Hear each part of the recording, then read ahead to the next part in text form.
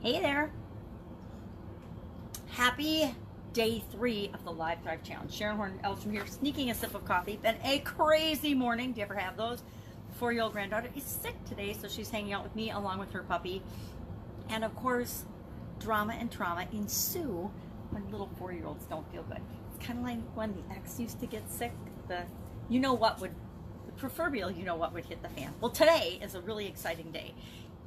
Yesterday we talked about what's in it for the people that you serve. Who are you doing your challenge for?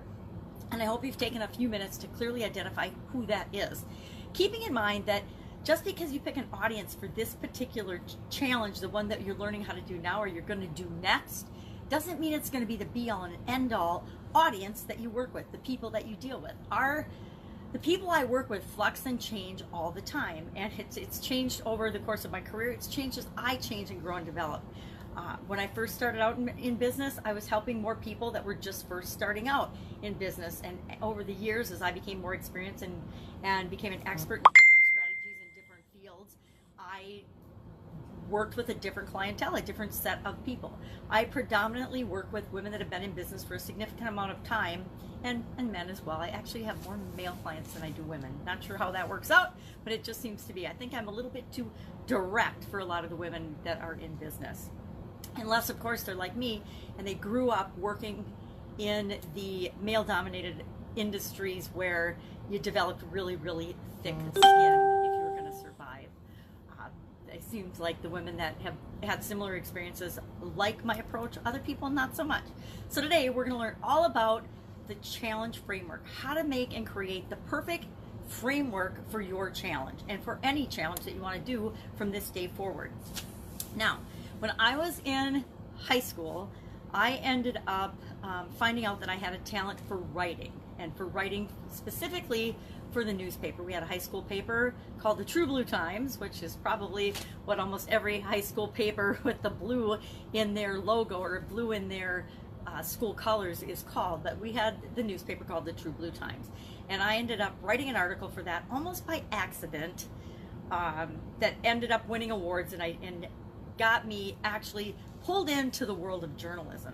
And in the world of journalism, there is a saying, and a lot of us learn it in English class, but particularly with respect to writing in journalism, and I'm not even sure it applies or they teach it anymore because I don't see a lot of it in the news reporting that exists. Not that I watch the news anymore, but my whole point is I learned a model back then that I have used throughout so many areas of my life and my career. And that is, of course, the who, what, where, when, why, and how. Because that is a way of making sure that everything that needed to be included in a story was included in a story for journalistic writing and reporting purposes. It covers all of the key questions that you want to ask about any situation or any event or situation or event. So by asking yourself who, what, where, when, why, and how did this happen, or who, what, where, when, why, and how about this thing that's we're reporting on because it's going to happen, you usually cover all of the key points and all of the key areas that you want to plan in order to pull off a successful event, a successful story, a successful launch, a successful, even launching a successful business. I use a very similar framework when I am creating my challenges. Now, we've already talked a little bit about why we're doing it. Why do we want to do a challenge for us? We talked about who we're doing our challenge for yesterday and what's in it for them to be involved in the challenge. And today we're going to hit on the rest of those key framework pieces in order to map out the structure of what we're going to have our challenge look like, what we're going to include in it. So take a peek here and scratch my eye and sneak a drink of coffee because this is my not so sneaky way of doing it. Let's hop right to the what. What type of challenge are you going to do? And I'm going to recommend, if you've never done your own challenge before, make it a 5-day challenge. You could do 3, but 3 seems so quick and so short for me. It can be over before they even hear that you're doing a challenge. So pick a 5-day challenge. Let's just say we're going to start with a 5-day challenge. Now, what type of a challenge are you going to do? Are you going to? And I'm already skipping ahead to the length of time, and so let's come back and say, what type of a challenge do you want to do? Are you going to do a physical challenge? Are you going to do an online challenge? Are you going to do a live event or have people show up live challenge? Are you going to do, by physical challenge, I mean people physically have to do something. So think of a lot of health related challenges. Give up sugar, give up salt, fast for, now I will admit the challenges that I would recommend doing for less than 5 days would be like a fasting challenge. Fasting, I did a 48-hour one, which actually ended up being 60 plus hours, 62, 65 hours or something. But I'm not sure I could do a 5-day fasting challenge. So maybe that's an example of when you wouldn't want to use a 5-day challenge. But physical challenges, lose a certain amount of weight over a 5-day period, drink a certain amount of water, do a morning routine. There's some other ones that I've seen. Get 5 new customers in 5 days. That's a really good challenge, by the way. It can be used for almost any industry, and almost everybody, every business is always looking for new customers. So you can do a physical challenge, you can do an online challenge, you can do on different platforms, and we'll talk about that in a little bit. You can do, totally need my magnifying glass. You can do participation challenges. You can do on your own challenges where you just give people some information and an assignment and they either do it or they don't. It's entirely up to them.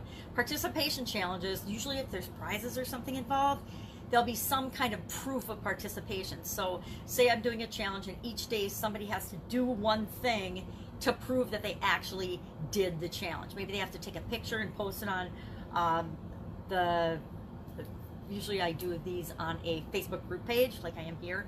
Post the picture of proving that you did it on a Facebook group page. Or maybe you have to go live in Facebook in the group and do a quick Facebook Live talking about answering a question, talking about the assignment, talking about your experience of something, or actually doing something and participating.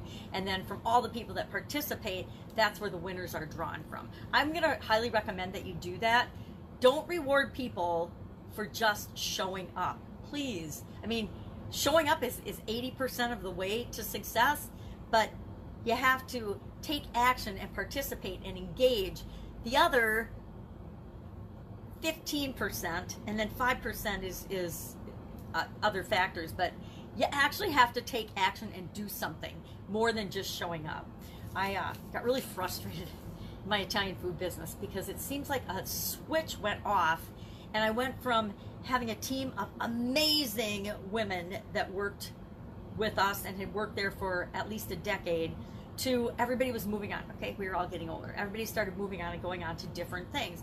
And we all of a sudden had this turnover of staff, and shame on me for making hiring mistakes, or not being involved enough in the process, where the attitude was, I'm doing you a favor just by showing up.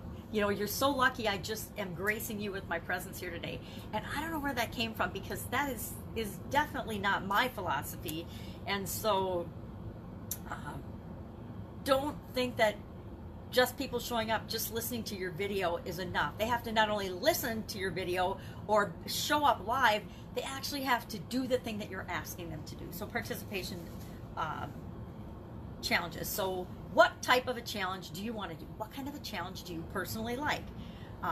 What is your favorite kind of challenge? I personally like a variety of challenges and all different type of challenges, depending on what the challenge is and what the result is that I'm trying to get. So you're going to have to consider not only what type of challenge you like, but what you think is going to be most effective and best for your ideal customer, your perfect prospect, the perfect people you want to work with. Not okay, if I am targeting small business owners, female small business owners, let's say, I am not trying to get all female small business owners. I am just trying to get a very small segment of them to be attracted to me. I want the motivated go-getters, people that want to improve and get a certain result. I want those people in my challenge. I don't want everybody that's a female small business owner in my challenge, right? It's the same thing as targeting in the first place. We don't want to appeal to everybody, because we want people that are going to actually do it and get the result that they want, because we're here to help the people that are here to help themselves, if that makes sense at all. So I'm touched on prizes a little bit. Again, you're only limited by your imagination with respect to what you can offer for prizes. I would say it's like anything else. Make sure the prizes makes sense for the audience that you're targeting. If I am targeting a group of women business owners, I'm probably not going to give them gym memberships or discounted gym memberships as a prize, because they may or may not be into health. And so I want a prize that's going to be inspirational and motivational to all of my ideal customers, not just a small segment of them. Now, I'm sure there's a small segment of them that would love maybe a spa day or maybe something, and then there's going to be others that would hate that. Maybe there's a shopping spree somewhere. Well, I don't like shopping, so I'd just soon pass on that. But make sure that the prizes that you offer make sense for the challenge that you're doing. It makes sense for, I should not have set an 11 o'clock challenge. I forgot I have an 11:11 alarm every day to remind me to take some medications, and so I need to turn off my alarm during my challenges. So make sure that if you're going to have prizes, they make sense. Don't give away something that's totally unrelated to your challenge. You can pretty much always be safe with like an Amazon gift card. Usually Starbucks and coffee cards and things are okay. Target cards, places that are just readily available for everybody. Although I don't know if there's a lot of Targets in the South, so maybe I'll take that back. But you know what I mean. Maybe, I don't know what, but whatever makes sense for your audience, the people that you're striving to attract to you. I would say if you have a book or a giveaway or something that you've created, a course or something, you can, a really good thing to give away for people that participate is a discount on your big program, the thing you're going to sell them at the end or that you're going to share with them. Something else that you do, usually something that you've already done that you can give to people that you would like to gift them. Use that as incentive for people to listen and participate in your challenge. So we've talked about what type of challenge you want to do. We've talked about, are you going to do prizes or not? That's kind of an aside, but you got to put it somewhere, so might as well talk about it with respect to the what. How long is your challenge going to be? I think I briefly touched on that. I would say pick 5 days for your first one, because all of us, no matter who you are, no matter what your topic, no matter what your challenge, you can come up with 5 days of content. 5 things that are important. I can't think of a single topic that there aren't at least 5 things that are important or that you could talk about that topic. I would say challenge me in the comments below, and if you're like, well, here's my topic, I can't think of anything for this. I mean, don't just challenge me for the sake of challenging me. Challenge me for like, hey, I really want to do a challenge around this, but I can't think of 5 things to fill a 5-day agenda. Just hit me up, because I am an absolute content, I don't even know. I want to say queen, but I don't think queen even describes it. I am like a content spewer. I create so much content. I don't look at it because it kind of boggles my mind, but I have lots of content, lots and lots of content in different formats. My challenge is to get my content more professional looking than just being me. So how long do you want your challenge to be? How long makes sense? Depending on the challenge, depending on the type of challenge, depending on your audience, that's going to dictate a little bit of how long your challenge needs to be. Like I said, I've done all different length challenges, and depending on what my goal is, what my purpose is for doing that challenge, and the result that I want to get, the people I'm bringing through the challenge, will determine how long that challenge needs to be. Recently did with Heather Ann Haven a 90-day YouTube influencer challenge. We did a challenge to show people how to do live video and do things on YouTube to up their influence, to be more noticed on YouTube. And we did that over a 90-day period. Now, part of the reason we did it over a 90-day period was you don't become an influencer generally overnight unless you do something incredible and noteworthy and that gets you fame overnight. And how many of the population are going to make that happen? So we wanted to create something that was duplicatable and doable for anybody, right? Anybody that spends 90 days every day doing something can master that thing, right? And get the result that they want. And we wanted to set ourselves up as expert. Heather is the influencer queen. She is all about helping people get influence. She's done, I can't remember how many hundreds of podcasts, and she has her own 2 podcasts and things. And she's done all kinds of really cool things. And now she's Miss Texas something. So very cool lady. the Sexy Boss. She's written the book Sexy Boss and things. So a longer period of time to establish ourselves as experts, and then to help our ideal customers and participants to achieve a bigger, more lofty goal, it takes a longer period of time. And maybe they could actually do it really quickly, but in order for it to stick and become a habit, you have to start to do things every day for an extended period of time to make a bigger goal, a bigger result stick. 21-day challenges are awesome for really establishing yourself as an expert. 21 to 30 days. In 21 to 30 days, you can demonstrate to the world your expertise in an area. And again, you're just showing them basically the tip of the iceberg of what you're capable of teaching and showing them. That's the kind of the purpose of a challenge, is to attract people to us. So when do you want to do your challenge? When makes sense for you? When can you fit it in? Now me, I had to say, okay, I'm going to start at the 3rd and I'm going to fit it in. And when am I going to fit it in? Well, my granddaughter goes to school from 9 to noon. So if I do it 11 o'clock my time, she'll give me enough time to do the challenge live and not have her be here. Well, we saw how well that worked. She ended up sick today, so hopefully she's not sick tomorrow. But she's sick today, but I'm still able to get it done. I just parked her in front of a Barbie movie. Barbie movies are awesome for little girls. Grandmas, not so much, but for little girls, they get a kick out of them. So when do you want to do your challenge? I would say if it's your first challenge, just do it. Just do it. Better sooner than later, because your first one's going to be a practice one anyway. Unless you've already got tens of thousands of followers, or I'd say even if you have 1,000 followers, you might want to think it out a little more and then promote it ahead of time. But otherwise, just do it. When I decide I'm going to do a challenge, I don't publicize it. I don't plan it out for months.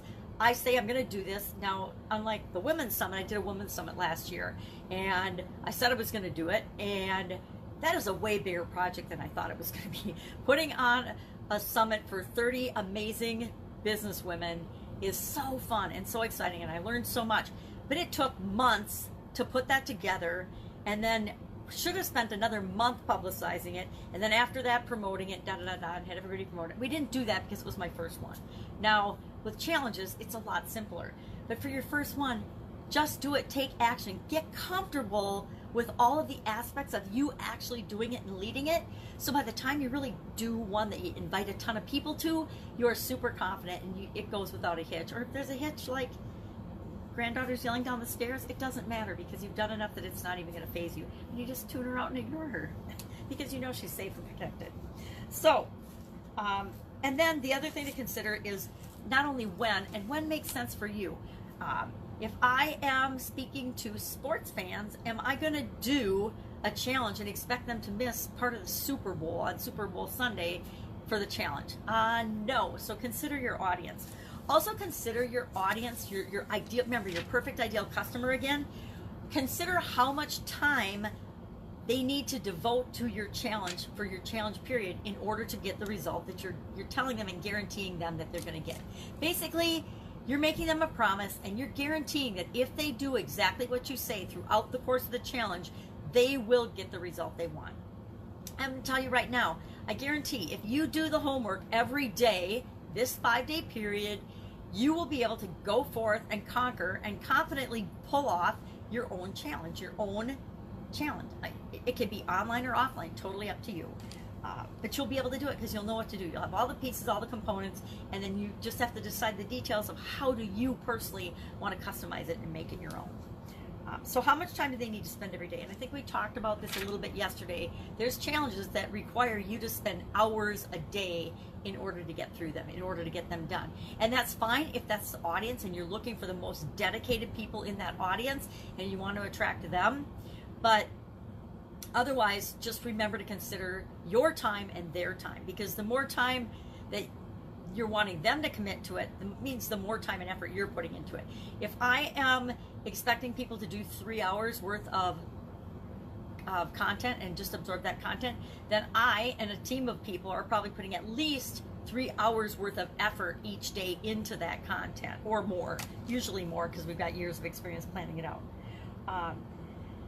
The next thing to think about is the timing and the delivery of your content. Are you going to do a live challenge, or are you going to pre-record and just drip the content out or deliver the content? And when are you going to deliver it? Maybe you're going to deliver it on a specific time. You're going to pre-record and deliver it at a certain time every single day. Maybe you're going to be like me, you go live, you hop on, you talk for as long as you're going to talk, share the information you want to share, give a quick assignment, and then that's it. Do it live. A lot of challenges, they'll do it live, and then they'll do a watch party later on in the day to answer questions and things. And I think my next challenge, I'm gonna actually do that.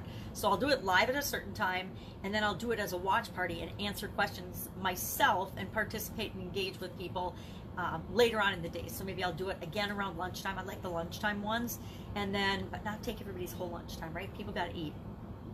Lunchtime, and then maybe, you know, in the evening, 6, 7 o'clock in the evening, when people are getting home and they've eaten dinner and they're just instead of watching TV, maybe they're learning something and doing some personal development. So we'll play that by ear. And then we need to decide, where are we going to actually do our challenge and how are we going to do it? If we're doing an online challenge, you can figure out how to do a challenge on almost every platform. I've done YouTube. I haven't done LinkedIn. LinkedIn, I'm kind of just sharing this challenge on LinkedIn as a practice mode to go into it. My next challenge might be on LinkedIn. We'll see. I haven't figured out how to master that one yet. At least I'm not doing live challenges on LinkedIn.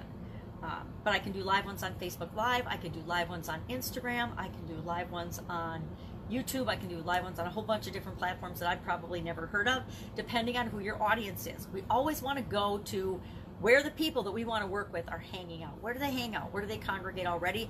That's the platform we want to do our challenges on. And that's part of why I'm thinking about LinkedIn. My audience is on LinkedIn.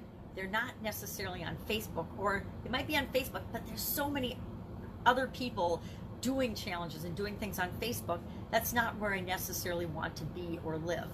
I want to go where my people are, and I want to provide them services that they can only find and get from me. There's so many different ways to do live video nowadays that are free, and it's really interesting because over the years, over even just the last few years, I've had to learn all different platforms and things. And where I lived out in the country, the technology was so glitchy. There were platforms like Webinar Jam that I could never actually get to work because of my internet service where I was. So now as I'm moving, one of the biggest things I'm considering is, what's the internet like there? And if I don't like the internet, I'm not going to live there, because I went through so many challenges just trying to get internet service where I lived, especially live feed internet. But now there's Zoom, and there's Be Live, and there's Facebook Live. Facebook Live is free, and you can do everything you need to do a challenge for free. So you can go pay for a platform and pay to have different things to do it, but why would you? Why would you, if you don't need to, go pay for something? Not very good business, not very smart business, not very smart way to build your own following or whatever it is that you want to do by doing challenges in the first place. You can do them just through email. Once a day, your challenge can be sending people an email and then teaching a lesson. You can either attach a video or not. It can just be a written challenge.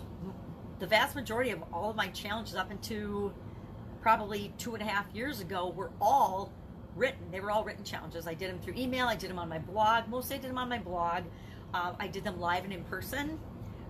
And none of that had anything to do with technology. But then once I came online, I'm like, oh, this is like way easier. And I can reach a lot more people than I could ever reach doing them in person and remotely.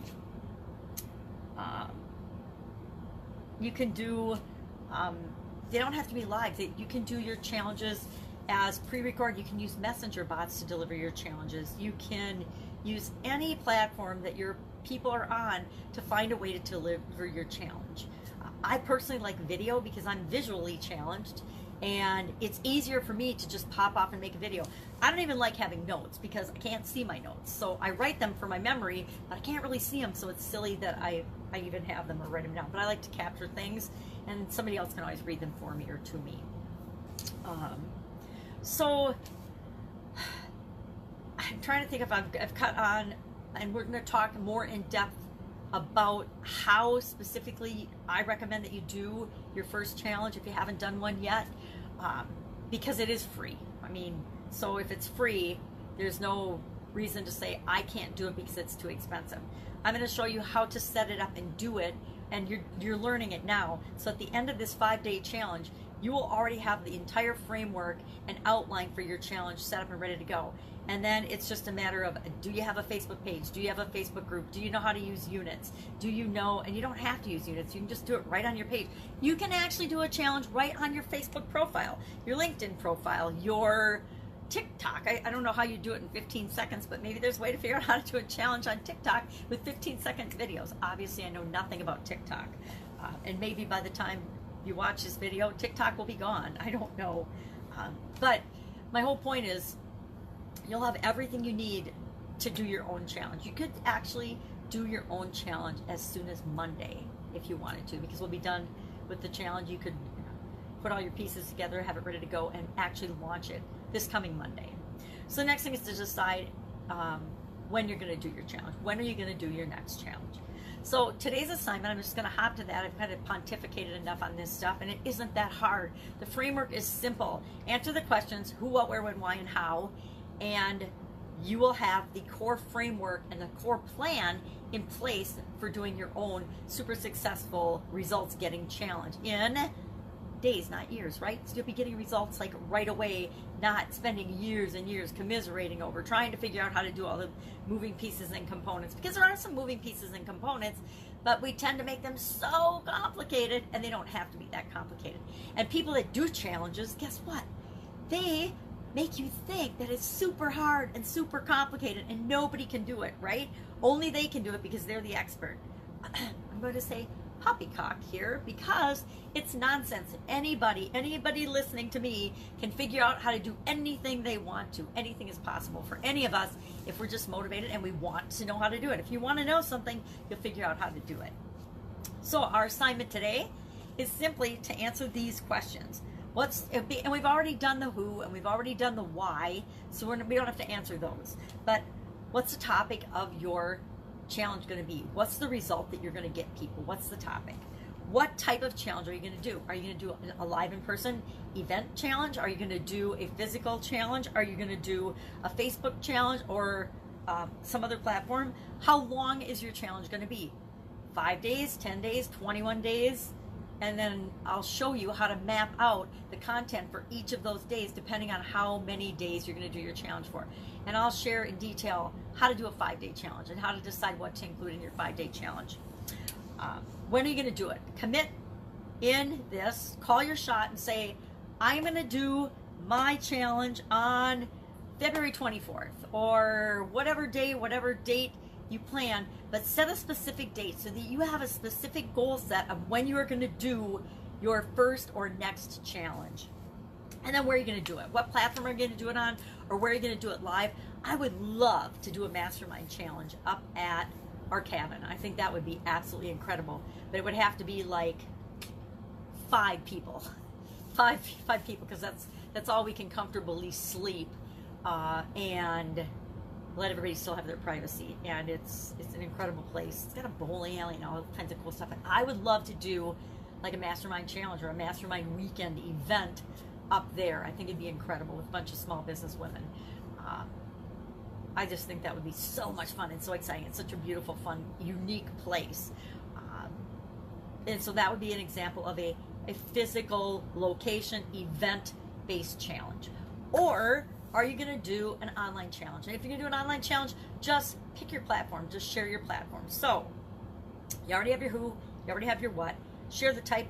What's the topic of your challenge, the type challenge you're going to do, when you're going to do it, how long it's going to be, and then the date you're going to start. Because if you're doing a 5-day challenge, we can figure out if you're starting on the 24th, how many days? 24, 25, 26, 27, 28. You'll be done the 28th, the 24th to the 28th. So just the day you're going to start.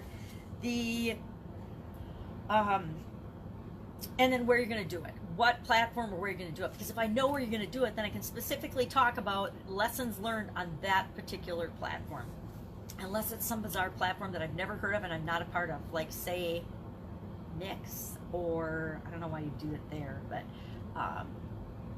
there's so many platforms. There's millions and not millions. There's thousands and thousands of platforms, and of course I only use a handful of them. Most of us only use a few platforms, and we have a primary platform that we're comfortable with using. I'm going to recommend that you start there. Start on that platform. So if you're on Facebook every day, you've been using Facebook for a while, pick Facebook as your first platform. And if your people hang out on Facebook. If you are on YouTube and you've been doing YouTube videos for a while and you love YouTube, make YouTube be your challenge platform. Pick a platform you're getting comfortable with the new skill of leading challenges, and you're not having to learn a platform at the same time. That's going to be your argumentation. That's it. Go out, have an absolutely amazing day. I will put the homework on the group page. I'll start a post for that so that you can go ahead and share your assignment there, and I'll highlight the things that you're going to put in it in case I wasn't clear, so you don't have to re-listen to this. Otherwise, have an amazing day. If I can help you in any way, or if you have any questions with respect to challenges or anything we've covered so far, please put them in the comments below so I make sure that I cover them in the question and answer period, or tomorrow, or answer them specifically and directly in the comments so other people can learn from your question as well. Have an amazing day, and I will of course be with you tomorrow. Tomorrow we are going to talk about, not sure, normally I talk about the mechanics next, but I might hold off for a couple of days and add that as a bonus at the end, the actual specific mechanics of how I recommend you do your first challenge. But I want to get some feedback on platforms and type challenges that people want to do before I figure out what exactly specific mechanics I want to show and teach you, because we only have 5 days, right? All right, have a great day. Catch you tomorrow. Bye. Thanks for listening.